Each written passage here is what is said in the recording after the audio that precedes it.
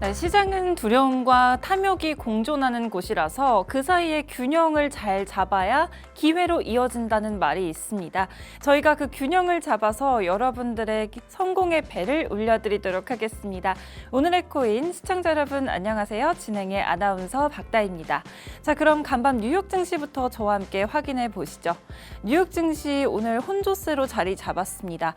장 초반에 모두 하락세를 보여줬던 뉴욕 증시 후반으로 갈수록 낙폭을 일부 만회하면서 S&P 500 지수와 나스닥 지수는 상승으로 자리매김했습니다.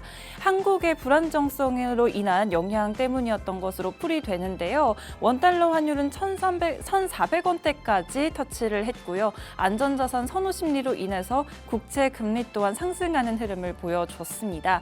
그럼 뉴욕 증시 상황 확인해 봤는데요. 오늘 확인해야 될 새로운 이슈들은 시장에 어떤 게 나와 있을까요? 저와 함께 헤드라인부터 한번 살펴보시죠.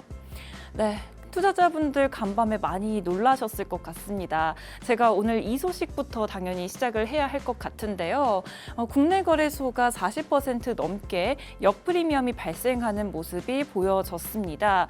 간밤에 계엄령이 나오면서 패닉셀이 발생을 했는데요. 국내 거래소의 역프리미엄은 한때 40% 넘게 발생을 하면서 일부 거래소가 마비되는 모습을 보이기도 했습니다. 다행히 가격이 금방 회복세를 되찾았는데요.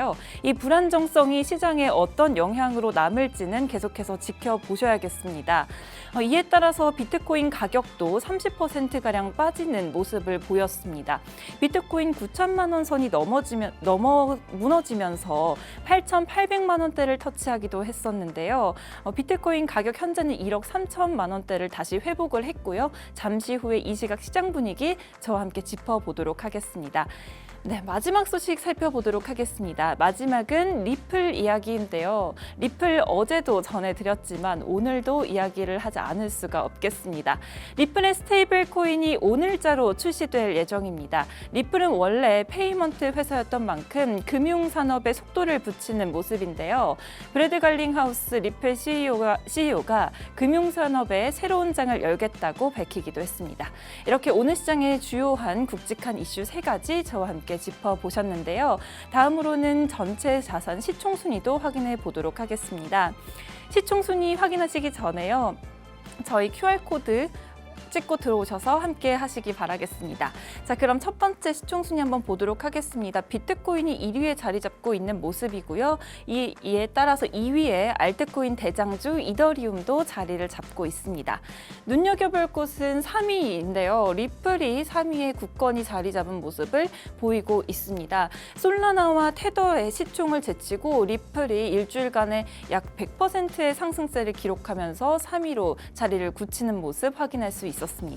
이렇게 전체 자산 시총 순위 한번 확인해 봤고요. 그렇다면 히트맵 통해서 이 시각 시장 분위기 또한 살펴보시죠. 네, 비트코인 0.13%의 상승세 보이면서 낙폭을 모두 만회한 모습 확인하실 수가 있습니다. 또 이더리움도 0.65%의 상승 흐름을 그려내고 있네요. 요 며칠 지지부진한 장세 보여줬던 이더리움 오늘 조금 잘 가고 있는 모습 확인할 수가 있었습니다. 또 도지코인이 오름세 그리고 카르다노 에이다도 오름세로 자리 잡았고요. 솔라나까지 오늘 2%대의 상승률을 그려내면서 비트코인 우리 시장은 전반적으로 좋은 흐름 보여주고 있습니다. 이렇게 이 시각 시장 분위기 살펴보는 크립토벨이었습니다. 저는 잠시 후에 돌아올게요.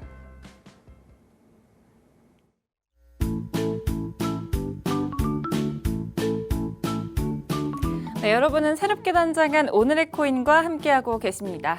위기는 기회다라는 말이 더욱더 실감나는 오늘장인데요. 위기 속에서 여러분들의 놀란 가슴을 진정시켜 주실 분을 바로 모셔보도록 하겠습니다. 퍼즈 전문가님과 함께합니다. 안녕하세요. 네, 안녕하세요. 퍼즈입니다. 여러분 당황하실 필요 없고요. 제가 이제 왜 이렇게 됐는지를 잘 설명해 드릴 테니까 좀 듣고 대처하시면 좋을 것 같습니다. 오늘도 많은 자료 가지고 왔으니까요. 매매 전략을 세우시는데 꼭 도움이 되었으면 좋겠습니다. 네, 전문가님 오늘 투자자분들 많이 듣고 싶은 얘기가 있으실 것 같은데 어떤 이야기부터 한번 시작해 볼까요? 원래 제가 준비한 거는 이제 호재도 진짜 호재가 있고 가짜 호재가 있거든요. 네. 네, 그리고 악재도 진짜 악재가 있고 가짜 악재가 있어요. 그거 어떻게 구분해요? 그래서 오늘 그걸 알려드릴 건데 네. 그리고 어제 있었던 이제 계엄령 선포로 인해서 이제 국내 거래소만 가격이 빠진 현상이 나왔는데 네. 그것도 어디 분류에 들어가는지 이걸 미리 알았다면 사실 이제 당황해서 팔거나 그런 일이 없었겠죠. 네, 미래에 알 수 있는 방법을 좀 알려주셔야 될 것 같은데요. 네, 그래서 제가 어제 밤에 한 12시쯤에 바로 이제 제 채널에서 라이브를 켰는데 그것도 제가 급하게 킨 게 왜 그러냐면 혹시나 팔까봐. 사람들이 당황해서 혹시나 팔까봐. 네, 급하게 네. 했거든요. 다행히 업비트랑 비썸 거래소가 그리고 뭐 그 두 개 거래소 말고도 나머지도 다 먹통이었던 것 같아요. 그 먹통이 돼서 접속이 안 됐었거든요. 근데 어쨌든 접속이 안 되는 게 다행이라고 말할 수 있는 건지는 잘 모르겠지만 네. 어쨌든 그래서 이제 패닉셀을 하신 분들이 많지는 않은 것 같은데 할 수 없는 상황이었죠. 네네 하고 싶어도 할 수 없는. 네. 근데 그래도 가격은 막 일어나던데라고 생각하실 수도 있는데 그 이미 예약 매매를 걸어 놓으셨다거나 손절매나 그런 예약 매매를 걸어 두셨다거나 아니면 제가 생각하기로는 API로 받아서 하는 거래는 이루어진 것 같아요. 네. 네, 그래서 그런 거는 이루어져가지고 어쨌든 가격 좀 움직였다 보시면 되고 오늘은 이제 수요 공급 관련해가지고 제가 이제 말씀드릴 건데 이거를 네. 확실하게 좀 이해하시면 진짜 호재와 가짜 호재 이런 걸 알 수가 있어요. 예를 들어 진짜 호재인데 가격이 떨어졌다. 그러면 사야 되는 거예요. 그렇겠죠. 네. 네. 그러니까 진짜 호재면 어쨌든 떨어지더라도 장기적으로 우상향 하거든요. 근데 가짜 호재로 올라갔다. 그러면 다시 제자리에 오게 되어 있어요. 그러면 그런 경우에는 애써 사거나 할 필요가 없다는 거죠. 그럼 악재도 가짜 악재로 떨어지면 제자리로 와요. 그럼 가짜 악재로 만약에 떨어졌다라고 하면은 사야 되는 거고 그다음에 진짜 악재로 떨어졌다라고 하면은 일정 부분 리스크 회피를 좀 하셔야 되는 겁니다. 그래서 관련해서 오늘 좀 자세히 다뤄보도록 하겠습니다. 네. 자, 일단 제가 준비한 자료 같이 보시면 이게 제가 중학교 때 이걸 봤었던가 고등학교 때 봤었던 거 제가 기억이 안 나긴 하거든요. 네. 그 아나운서는 요거 혹시 보신 적 있으세요? 항상 봤던 것 같아요, 매년. 아 그래요? 매년 공부를 하시나요? 아, 수요 공급 곡선은 대학교 때도 봤던 것 같아요. 아 그래요? 네. 아, 네, 수요 공급 곡선인데 이거 보신 분들 많을 텐데 제가 진짜 간단하게 얘기하겠습니다. 보면은 예를 들면 이 옆에가 가격이고 이제 이게 수량인데 예를 들어 가격이 저렴해요. 저렴하면 수요가 이렇게 많다는 거예요, 그렇죠? 그러니까 가격이 높으면은 수요가 적고. 그래서 이걸 연결한 게 수요 곡선이고 공급 같은 경우에는 가격이 낮으면 만들려는 사람이 적고 가격이 높으면 만들려는 사람이 많으니까 공급이 많아지는 거죠. 그래서 그렇죠. 이게 공급 곡선인 거예요. 근데 이런 거 단순히 지금 심리에선을 제외하고 그래서 요 두 개가 만나는 요 점이 이제 실제로 이루어지는 가격인 건데 만약에 수요가 전체적으로 들어. 네, 원래는 이 정도 가격이면은 요 정도 수요가 있었는데 이 정도 가격이어도 살려는 사람이 더 많아져. 이런 상황이 생길 수 있잖아요. 네. 그러면 요 수요 곡선 옆으로 이렇게 이동합니다. 이렇게 이동해요. 그래서 얘랑 수요 곡선이랑 공급 곡선을 만나는 점이 여기고 가격은 여기에서 여기로 이렇게 올라가게 되는 거예요. 그래서 수요가 늘어나면 가격이 높아진다. 이게 얘기고 반대로 공급이 줄어들어. 공급이 줄어들게 되면은 이렇게 하면서 수요 곡선이랑 공급 곡선을 만나는 점이 여기죠. 그래서 가격이 또 높아진다. 여기에서 여기로 이렇게 높아지는 거죠. 그리고 수요도 늘어나면서 공급도 줄어들어. 그럼 가격은 더 많이 높아지는 거고. 이해 가시죠? 악재는 반대예요. 예를 들어 수요가 줄어들거나 공급이 늘어나게 되면 악재인 거예요. 쉽게 말하면. 여기까지만 이해하시면 된 거예요. 자, 모든 가격은 어쩔 수 없이 수요와 공급에 의해서 결정될 수밖에 없어요. 거품이 낀다 하더라도 결과적으로는 요거에 맞춰서 수요와 공급에 맞춰서 다시 가격이 정상으로 되돌려질 수밖에 없습니다. 이해가셨나요? 네. 테셋 기초 강의 듣는 기분이에요. 아 그래요? 테스에 거기서도 이런 거 하니까. 네. 네. 그래서 요거 관련해 가지고 어떤 게 예시가 맞는지를 여러분들 궁금해하실 것 같아서 제가 예시를 갖고 왔습니다. 그래서 진짜 호재는 이더리움이 POW에서 POS로 바뀐 걸 진짜 호재라고 하고 이때 초기 반응은 하락했는데 장기적으로는 상승했고 그다음에 가짜 호재에서 도지코인 SNS라 있는 여러분 좀 오해하시면 안 되는 게 이거 제가 예식 뽑아온 게 아니고요. 그럼 누가 AI가 해준 거예요. 네. AI가. 아, 정말요? 네, AI가 해준 거라 전 도지코인 좋아합니다. 제가 AI한테 뭐라 물어봤냐면 이제 이것저것 진짜 호재, 가짜 호재에 대해서 물어봤어요. 그랬더니 뭐 주식의 예시를 막 설명하는 거예요. 그래서 코인에도 마찬가지지 않아? 라고 이게 제가 질문한 겁니다. 그랬더니만 맞습니다. 코인에서도 진짜 호재는 실제 사용성 증가, 이게 수요 증가죠. 그다음에 기간책 대익 수요 증가, 개발 진전, 이것도 수요 증가. 가짜 호재 같은 경우는 단순 SNS 언급, 이거는 수요나 공급에 전혀 영향을 끼치지 않고, 근거 없는 상장선, 이것도 수요와 공급에 영향을 끼치지 않죠. 그래서 제가 예시를 찾아줘라. 그리고 실제로 가격이 어떻게 변했는지까지 찾아줘라고 했더니만 여러 길게 써줬는데 길게 써주고 나서 이제 표로 제가 정리해달라고 하니까 이렇게 해준 겁니다. 요새 AI가 장난 아니에요. 너무 일 잘하는데요. 네, 해서 어쨌든 저의 네. 의도는 아니에요. 네. 근데 이제 도지코인 SNS는 일론 머스크 얘기예요. 일론 머스크가 도지코인에서 언급했는데 이게 실제로 도지코인의 수요나 공급에 영향을 끼치지 않았다라는 거예요. 저는 영향을 끼쳤다고 생각해요. 네, 실제로 수요에 영향을 끼쳤다. 일론 머스크가 이제 도지코인을 가지고 X에 사용한다거나 트위터나 이런 데 사용할 수도 있으니까 전 영향을 끼쳤다고 생각하는데 얘가 봤을 때는 네. 그리고 네. 이제 도지코인을 예로 들긴 했는데 단순히 SNS에 언급됐다는 것만으로도 오르는 코인들이 있거든요. 얘 같은 경우에는 요때 2021년 요때 급등을 했으나 장기적인 영향을 폭락했다. 이것도 저는 전체적으로 하락장이어서 그렇다고 생각을 합니다만 얘가 이제 예시를 갖고 온 거고, 그래서 요 예시는 저는 사실 조금 물음표. 네. 그 다음 네. 거 보면은 FTX 파산을 했는데 FTX 파산 같은 경우에도 코인 투자를 하는 사람들이 FTX 파산을 보고 코인 투자하면 안 되겠다라는 생각을 했겠죠. 그래서 수요가 줄어들어요. 그런 효과를 냈기 때문에 폭락을 했고 장기 침체가 됐던 거고. 네. 근데 가짜 액체 같은 경우 중국 채굴 금지를 했는데 중국 채굴 금지 같은 경우에는 이때 좀 지내고 나서 그 2021년 5월에 진행되고 나서 엄청나게 큰 하락을 했거든요. 근데 채굴 금지가 과연 공급에 영향을 끼치냐라고 하면 중국에서만 채굴하는 게 아니잖아요. 그렇죠. 그리고 중국에 있는 업체들도 다 해외로 빠져나갔어요. 그때 당시에 해시레이트가 좀 떨어지긴 했습니다만 결과론적으로 해시레이트가 다시 올라갔고, 그 다음에 채굴되는 비트코인의 양도 계속 꾸준히 일정하고, 그렇다고 해서 수요가 줄어드냐라고 하면 그것도 아니라는 거죠. 왜냐면 중국인들은 이미 코인 거래가 금지거든요. 그때 이미 금지였어요. 그러니까 원래 영향이 없었다는 거죠. 그래서 수요가 줄어든 것도 아니야, 공급이 있는 것도 아니야. 그러니까 요 중국 채굴 금지가 되고 나서 급락을 한 다음에 회복을 했다 이거예요. 가짜 악재였던 건가요? 맞아요. 네. 그래서 여러분들이 뉴스 같은 걸 보셔도 수요와 공급에 의해서 잘 살펴보셔야 됩니다. 네. 그래서 요 얘기를 갑자기 왜 했냐면 어제 일어났던 일도 요걸로 설명이 가능해요. 네. 어제는 가짜 악재였을까요? 네. 전 가짜 악재라고 생각하는데 한번 같이 보도록 하겠습니다. 자, 일단은 역 프리미엄이 발생한 거예요. 역 프리미엄이라는 게 뭐냐면 이제 반대말로 김치 프리미엄인데 이미 있는데 김치 프리미엄은 해외 거래소보다 국내 거래소가 더 비싼 거예요. 그리고 역 프리미엄 같은 경우에는 국내 거래소가 더 싼 거예요. 네, 이걸 얘기하는데 보면은 여기 있는 게 이제 국내 거래소 이더 KRW고 이거는 해외 거래소인데 보면은 해외 거래소는 2%밖에 안 빠졌는데 국내 거래소는 23%가 빠진 거예요. 20% 넘게 차이 나네요. 네. 그리고 리플 같은 경우에는 40%, 이게 40% 넘게 차이 난 게 이제 리플입니다. 그리고 솔라나도 보시면 아시겠지만 마이너스 한 3% 정도인데 실제로 해외 거래소는 3%인데 국내 거래소는 한 18% 정도 빠졌었거든요. 그래서 이렇게 차이 나는 게 역 프리미엄이고 실제로 리플 같은 경우에는 어제 60% 정도 빠졌었어요. 해외 거래소는 한 10% 정도 빠진 거에 반해서. 네. 그래서 갑자기 반토막 나가지고 뭐 저도 이제 급하게 막 했었는데, 근데 이제 제가 그 라이브를 켜놓고 이제 생각을 좀 했었거든요. 이게 뭐냐면 네. 뭐 그냥 시간 순서대로 좀 얘기를 하면 이게 뭐냐면 김치 프리미엄 차트예요. 그래서 여기 보면은 여기는 빨간색 선이 이게 0이에요. 0. 네, 프리미엄 0. 해외 거래소랑 국내 거래소랑 똑같다 이거고, 요 위로 올라오면 김치 프리미엄이 낀 거고 아래로 떨어지면 역 프리미엄인 거예요. 그래서 시간 순서에 따라서 말씀드리면은 일단 첫 번째로 계엄령이 딱 터졌는데 사람들이 뭐지? 하면서 팔았던 거예요.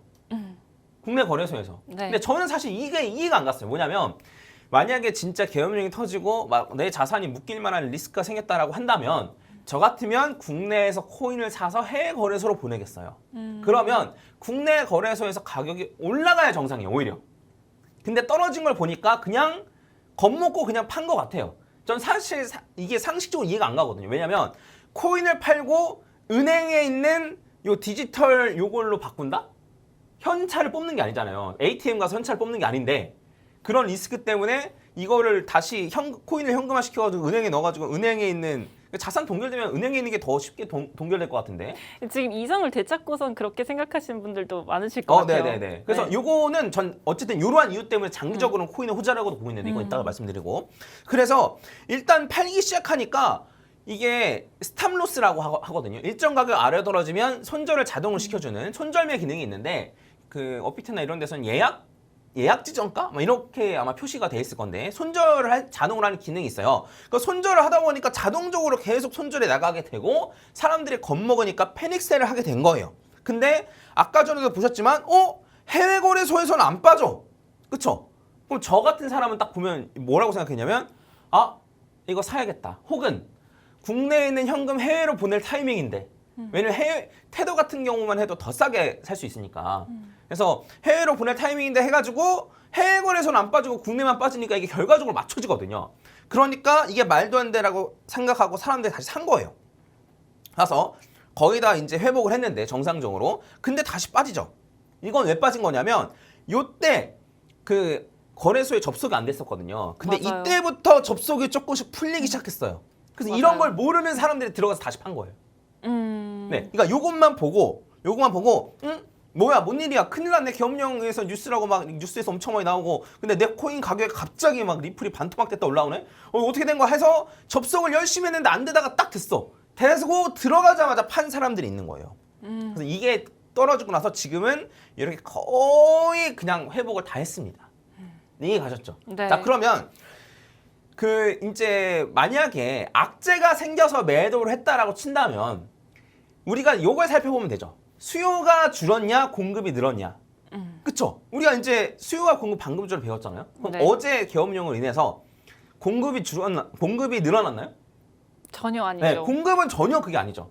그리고 수요 같은 게 만약에 줄어들었나라고 생각을 만약에 해보면 저는 이거 제가 뭐 이런 말을 해도 될지 모르겠는데 네. 그러니까 만약에 저라면 네. 국내 주식에 있는 돈 빼서 코인에 넣을 것 같거든요. 이거 아까 처음부터 얘기하셨잖아요. 오프닝 때도. 네, 그럴 것 네. 같거든요. 그리고 만약에 우리나라 사람들 입장에서 봤을 때는 다시 한번 말씀드리지만 과연 우리나라에 위기가 왔을 때 진짜 뭐 다시 그런 일이 생기면 안 되겠지만 진짜 뭐 국지전이라도 일어난다던가 어제 뭐 진돗개 발령했다 뭐 이런 얘기도 있던데 그런 일이 생긴다거나 안 그러면 내 은행을 믿지 못하는 상황이 올 때 그런 일이 절대로 안 오겠지만 그러면 나의 자산을 뭘로 갖고 있을 것이냐 이런 거에 대해서 생각을 다시 해보신 분들이 어제 많더라고요.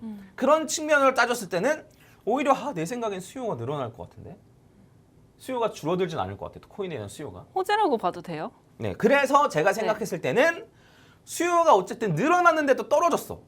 그러면 요거는 가짜 악재의 가능성이 높고 가격을 지금 보시는 대로 회복한다는 뜻이에요. 그렇죠? 그리고 이게 코인 같은 경우에는 전 세계 시장이 있기 때문에 사실 네. 우리나라에서 단순하게 조금 수요가 떨어진다고 해서 큰 영향을 받지도 않아요. 그리고 우리나라에서 더 많이 산다고 뭐 수요에 큰 영향이 또 많이 늘어나고 또 그런 것도 아니에요 사실. 네. 근데 뭐 어쨌든 이러한 이유 때문에 저는 가짜 악재라고 판단했고 가격이 그대로 다시 회복한 모습입니다. 그래서 이런 걸로만 봐도 수요와 공급에 의해서 여러분들이 확인할 수 있는 거죠. 수요가 만약에 갑자기 가격이 떨어졌는데 이게 수요와 공급에 영향을 끼치는 건가? 공급이 늘어났나? 그러니까 공급이 늘어나서 가격이 떨어지는 경우 많아요. 뭐냐면 독일 정부에서 비트코인을 판다던가. 그거는 공급이 늘어난 거거든요. 비트코인의 네. 공급이. 그리고 그 고래들이 매도할 때. 고래돌이 매도할 때. 네. 네, 근데 고래돌이 매도하는 거는 사실 뭐 공급이 늘어났다고 보기엔 조금 그렇고 있는 물량이니까. 네. 근데 네. 묶였다고 생각한 물량 중에서 나오는 경우가 있어요. 마운트 곡수 물량이라던가. 네. 네, 이런 거 같은 경우에는 이제 공급이 늘어나는 게 되는 거죠. 그래서 그런 경우거나 아니면은 진짜 FTX처럼 진짜 사람들의 인식이 너무 안 좋아져서 수요 자체가 줄어든다거나 네, 이런 경우 아니면 사실 진짜 악재가 아닙니다. 네, 그래서 이런 것만 잘 판단을 해도 여러분들이 손쉽게 진짜 악재, 가짜 악재 이런 거에 그러니까 가짜 악재, 가짜 호재에 속지 않으실 수가 있고 뉴스가 너무 많잖아요, 사실. 맞아요. 네, 그래서 저 같은 경우에는 사실 이제 이런 수요와 공급에 의해서 영향받는 뉴스만 추려서 올리긴 하거든요. 그걸 어떻게 추리세요? 그냥 보면 딱 나오잖아요. 사실 진짜 쉬워요. 그냥 생각해보면. 네. 그래서 이제 그 여기 아래 있는 요 QR 코드 찍고 들어오시면 그런 뉴스만 제가 걸러서 올려드리니까 한번 참고해보시면 좋을 것 같고. 네. 이제 수요와 공급에 의해서 어제 거까지 예시를 또 봤으니까 네. 제가 오늘 원래 준비한 예시는 이거였어요. 리플이었어요. 리플. 그래서 리플 얘기를 잠깐 빨랑 보고 네. 하겠습니다. 이게 리플 스웰이라는 게 있어요. 리플 컨퍼런스처럼 1년에 한 번씩 하는 거예요. 근데 리플 스웰 자체가 호재일까요? 잘 모르겠어요. 호재가 아니에요. 수요와 공급에 영향을 끼치지 않기 때문에 리플 스웰에서 수요가 늘어나는 그런 거를 발표하면 호재예요. 단순히 스웰, 단순히 뭐 내가 행사한다고 호재인가요? 아니죠. 네. 그래서 보면은 리플 스웰 하기 전에 기대감을 올랐다가 떨어져요. 이게 언제냐면 2017년이에요. 17년에도 떨어졌고요. 그 다음에 18년에도 떨어졌고요. 마이너스 35%. 이게 빨간 게 이제 스웰 한 날짜예요. 네. 그 다음에 2019년에도 떨어졌고요. 올랐다가 떨어지죠. 그다음 2020년에도 올라갔다 떨어지는데 이 이후에 어쨌든 이렇게 급등하긴 하는데, 네. 그리고 추가적으로 보면 2021년도에도 떨어지죠. 2022년도에도 한 3.5%. 이건 거의 안 떨어졌죠. 그래서 이제 더 이상 사람들이 속지 않는, 네. 스웰 때문에 올라간 건 호재가 아니라고 사람들이 인식하는. 그다음 2023년도에도 떨어지고 2024년도에도 떨어졌다가 지금 다시 올라가고 있는 거죠. 그렇죠. 그래서 네. 단순히 이런 행사를 하는 건 수요 공급 영향을 끼치지 않잖아요. 그래서 호재나 악재도 아니다. 그러니까 근데 이런 기대치로 올라갔으니 당연히 제자를 찾아오는 거예요. 근데 최근에 리플이 오른 것 같은 경우는 제 생각엔 요 영향이 크다고 생각해요. 오늘도 말씀해 주셨는데 이거를 리플 USD라고 읽는다고 하던데 네. RLUSD 이거. 네. 그래서 리플 스테이블 코인을 출시했는데 단순히 리플 스테이블 코인을 출시했다고 해서 이게 호재인지 악재인지 그러니까 호재일 가능성이 높은데 왜 호재인지 수요와 공급 측면을 살펴보면 네. 자, 요거를 이제 이것도 AI한테 물어봤는데 간단히 말씀드리면 요 리플 블록체인 네트워크인 리플 레저나 이더리움 블록체인에서 모두 운영될 예정이다라는 거예요. 그래서 요게 진짜 중요한데 단순히 리플이 실제로 쓰이는 건 아니지만 리플 블록체인 위에서 움직인다는 거예요. 그래서 요게 무슨 뜻이냐면 이제 리플 블록체인 네트워크가 계속 쓰인다는 소리고 그리고 요거를 전송하거나 받을 때 수수료로 리플을 낼 가능성이 높다라는 뜻이거든요. 그래서 보면은 요 트론 같은 경우에도 그 테더가 이더리움 기반 혹은 트론 기반에서 다 이제 사용하는데 트론 기반에서 많이 사용되거든요. 그래서 그것 때문에 트론의 가격이 많이 올라가요. 그리고 이제 그 수수료를 내면 일정 부분 리플이 소각되는데 이거는 큰 영향을 주지 않는다라고 했는데 만약에 정말 국제 간 거래에 이게 많이 쓰이면 이것도 유의미하다라고 볼 수 있을까라는 생각이 좀 들긴 하는데 어쨌든 네. 결론으로 말씀드리면 소각에 대한 건 사실 공급이 줄어들거나 이런 건 사실 좀 미미하지만 네. 리플 그 네트워크가 많이 쓰인다라는 것 이러면 어쨌든 결국엔 리플에 대한 수요가 늘어났다고 볼 수 있거든요. 그래서 이런 것 때문에 사실 이제 리플의 진짜 호재로 작용돼서 올라갔다라고 볼 수 있을 것 같아요. 이게 시간이 너무 짧아서 좀 급하게 말씀드렸는데 네. 뭐 기회 되면 좀 더 자세히 얘기해 드리도록 하고 이래서 여러분들이 수요와 공급 요거를 잘 확인하셔서 이게 진짜 호재인지 가짜 호재인지 진짜 악재인지 가짜 악재인지를 잘 확인하셨으면 좋겠습니다. 네. 네, 이렇게 해서 오늘 시장 놀라셨을 여러분들 마음도 진정시켜 드리고 또 리플 USD에 RLUSD에 관한 이야기까지 다뤄봤습니다. 저희 오늘의 코인 아쉽게도 마무리할 시간이 다가왔는데요. 항상 그렇듯이 방송 시간이 너무 짧다 보니까 아쉬우신 분들이 많으실 것 같습니다. 진짜 호재와 악재를 구분하는 그런 뉴스들 비롯해서 알짜 정보들 제공해드리는 아래 QR코드 찍고 들어오셔서 저희 QR코드 방에서 계속해서 못다한 이야기 함께 해주시기 바라겠습니다. 그럼 독보적인 코인 프로그램 오늘의 코인 여기서 마치도록 하겠습니다. 저희는 내일 아침 이 시간에 매일 아침 9시 30분에 다시 찾아오겠습니다. 시청해주신 여러분 고맙습니다.